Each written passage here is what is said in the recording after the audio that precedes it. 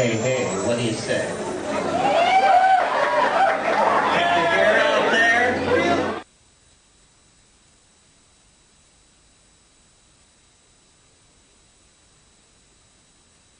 There is a very important part of life which has been ignored by science, and because this is a scientific society we're locked inside of, we've gotten a distorted view of it, and that is there's a quality to reality that everybody can feel, everybody experiences, we all know it, and yet we get no reinforcement for its existence from the models that our culture venerates. And what I want to talk about is what I call novelty, or the appetite for complexity that permeates nature, that is in fact as fundamental a law of nature, if not more fundamental, than the laws of thermodynamics themselves. And this is the idea that nature loves complexity, and wherever it achieves complexity, in a membrane, in the center of a star, in an organism, in a breeding population of animals or plants, wherever it achieves complexity, it seeks to preserve it, and it seeks to use it as a platform for further complexity. This is what the universe is. It's a complexity generating engine of some sort on all levels, not only in biology but in physics. If you look backward in time, the universe becomes more simple. 1 million years ago there was no human civilization. 100 million years ago there were very few mammals. 1 billion years ago life had yet to emerge onto the land. 5 billion years ago, the planet itself was in the process of condensing. If you go back to the domain of the Big Bang, you find a world, a universe of pure electron plasmas, not even atomic systems, still less molecular systems. All that lies in the future. So in a sense, as the universe ages, as it cools, it complexifies, it becomes more novel. And biology on this planet, since we only know of its presence here and in a Martian meteorite discovered last summer, complexity on this planet finds its concrescence in animal life, still more in ourselves. The reason I mention this is because the scientific model of reality tells you that we are the chance-created witnesses of an essentially valueless universe. Chance and necessity. This is the chant of science. But looking at the record, it appears nature favors organization, favors complexity, and therefore favors ourselves. Because we represent animal complexity plus culture, plus phonetic alphabets, plus high technology. So the universe has put all of its eggs, or at least the processes of evolution on this planet, have placed all their bets in the human world. But this raises the stakes, makes the situation far less existential, and makes what we do with our human freedom a matter of great import. It turns out we count. We are more than witnesses. We are more than victims. We are, in fact, co-creators of this universal tendency to complexification.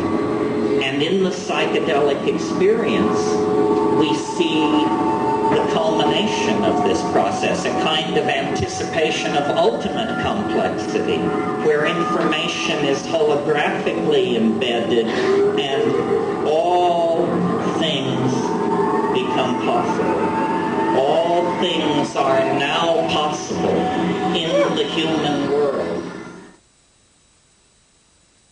Reductionist biologists have said of life itself, it's a kind of iridescence on matter.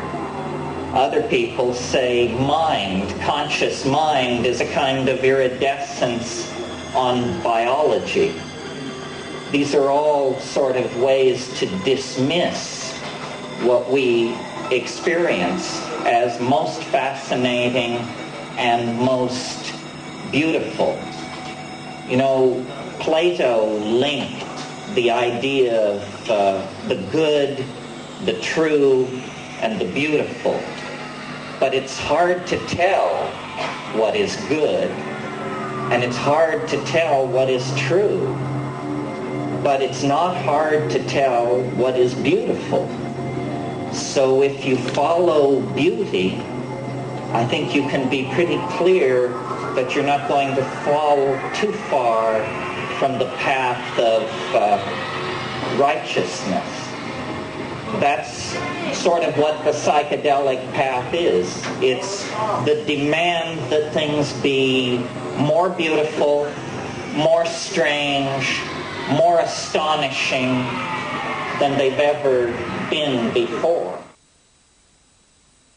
As we approach this evening, the world not only becomes more complex, but it moves faster and faster. You know the cliches. More change in the last 25 years than in the previous 100. More change in the last 100 than in the last 1,000. In the last 1,000, 10,000. Who can look at this process and assume it will ever stop? But who has looked at this process and asked themselves what will happen if it doesn't stop? Because if there has been more change in the last 20 years than in the previous 100, then in the next 5 there will be more change than in the last 1,000. And eventually you get to the notion of a universe that undergoes half of its evolutionary unfolding in the last hour and 35 minutes of its existence. This is, in fact, the kind of universe we are living in. What we have been told is that a process is pushed from behind by causal necessity, like a row of falling dominoes. Cause precedes effect. This is half the story. Half of what you see going on is simply the unfolding of causal necessity. But at a deeper level, the future is not simply empty space-time into which we are expanding. The future is pulling us toward itself. There is what I call the transcendental object at the end of time, or the eschaton, which means the last thing. The last thing is like an enormous attractor, which is pulling first biology, and then human history, and then the 20th century and all of our lives embedded in it, pulling us deeper and deeper into a relationship of self-reflection with it. In other words, we are being shaped by something literally unimaginable that lies ahead of us in time, that 3-4 million years ago gently took hold of the African primate line and began to sculpt it and move it along certain developmental pathways, all toward self-reflection of this thing. And now we are cosmic moments away from encountering this thing.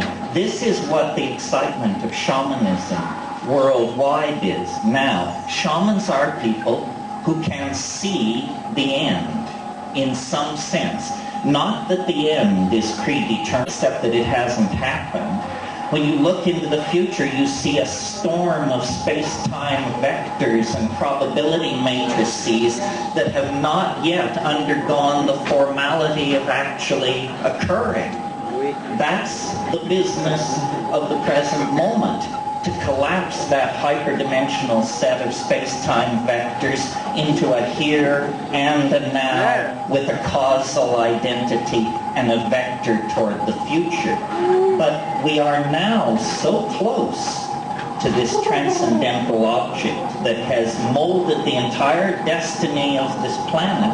We are now so close to it that all you have to do is smoke a bomber, close your eyes, take a walk in the bush, sit on the beach, pay attention to your dreams, watch your mind after orgasm, and you will see this thing peeping around the edges, creeping in at the side. I mean, was it Wordsworth who called it intimations of immortality? Something like that. We are not simply the victims of our past. This is the false truth of materialism and positivism. We are locked in an extremely mysterious relationship with something in another dimension, a dimension which, for want of a better word, we call the future. But in fact, this other dimension completely surrounds and encloses human history.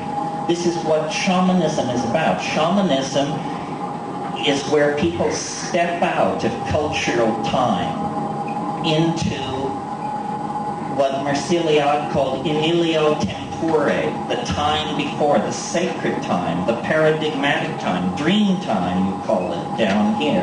It's the time which surrounds the smaller time of historical unfolding. What is nature? What's unnatural? Nothing is unnatural except some things are less intelligent than others. Everything has a design, but elegance of design is still a worthwhile value.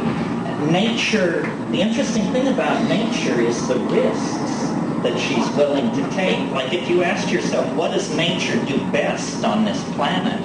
The surprising answer is produces extinct species. 95% of all life that ever existed on this earth is extinct.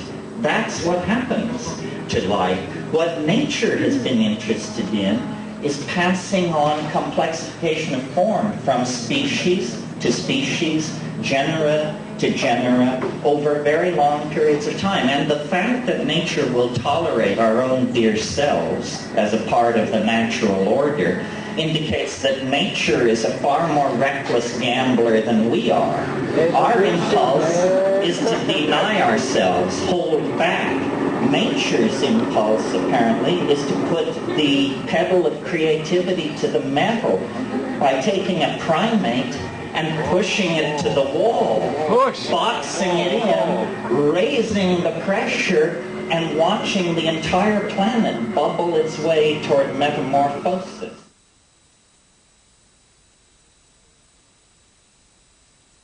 The whole point of psychedelics is to throw you back on your own experience. It is not an ideology. It is an experience. It may spawn this or that ideological interpretation. Marxists have something to say. Freudians have something to say. But it's not theirs. It's yours. It belongs to the animal body. And why it's so important, is because it is a pipeline back to the greater order of nature, which I call the Gaian mind. It is the pipeline back toward a dynamic, a way of doing things that is profoundly natural, profoundly appropriate. This is why it was possible for human beings to live on this planet for 100,000, 200,000 years, possessing language, theater, humor, so forth and so on, everything we have, but not fucking up. Because they were embedded in, communicating with, aware of, and able to receive instruction from the Gaian intentionality. The mushroom once said to me, I mean, maybe the mushroom likes to sit on its backside, but the mushroom once said to me, if it ain't simple, you haven't thought about it long enough.